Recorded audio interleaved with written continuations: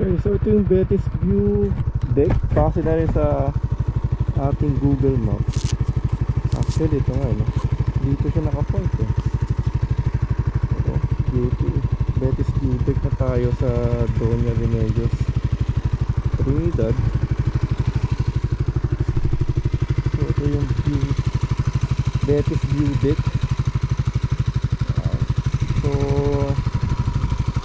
yes, base dito ito na yun. Actually ano,